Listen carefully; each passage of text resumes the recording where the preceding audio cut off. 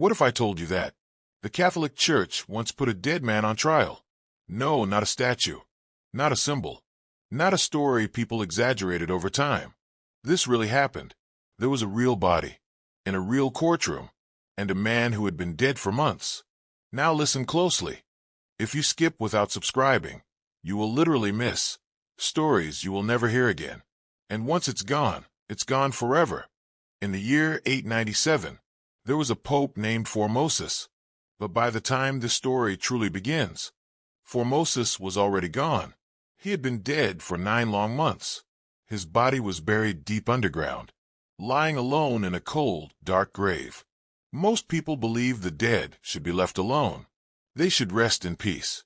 But when Pope Stephen VI took power, he did not believe that, because Pope Stephen hated Pope Formosus.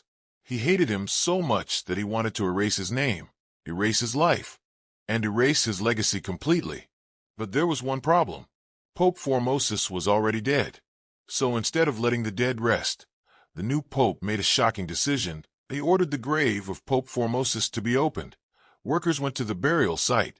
They dug into the ground, and they pulled the body back out. The corpse no longer looked like a person. It was stiff from death, rotting from time, completely silent.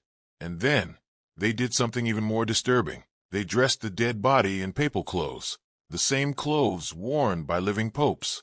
They sat the corpse on a chair, like a king on a throne, and they carried it into a courtroom. Imagine that for a second, and subscribe for part 2, so you don't miss what happened next, when the dead man was finally judged.